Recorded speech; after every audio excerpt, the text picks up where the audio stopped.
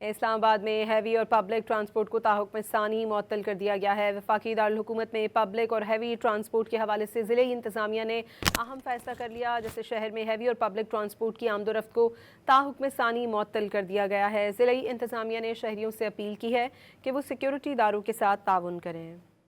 اسلام آباد میں ہیوی اور پبلک ٹرانسپورٹ کو تاحکم ثانی معطل کر دیا گیا ہے۔ وفاقی دارالحکومت میں پبلک اور ہیوی ٹرانسپورٹ کے حوالے سے ضلعی انتظامیہ نے اہم فیصلہ کر لیا، جیسے شہر میں ہیوی اور پبلک ٹرانسپورٹ کی آمد و رفت کو تاحکم ثانی معطل کر دیا گیا ہے۔ ضلعی انتظامیہ نے شہریوں سے اپیل کی ہے کہ وہ سیکیورٹی اداروں کے ساتھ تعاون کریں۔ اسلام آباد میں ہیوی اور پبلک ٹرانسپورٹ کو تاحکم ثانی معطل کر دیا گیا ہے۔ وفاقی دارالحکومت میں پبلک اور ہیوی ٹرانسپورٹ کے حوالے سے ضلعی انتظامیہ نے اہم فیصلہ کر لیا، جیسے شہر میں ہیوی اور پبلک ٹرانسپورٹ کی آمد و رفت کو تاحکم ثانی معطل کر دیا گیا ہے۔ ضلعی انتظامیہ نے شہریوں سے اپیل کی ہے کہ وہ سیکیورٹی اداروں کے ساتھ تعاون کریں۔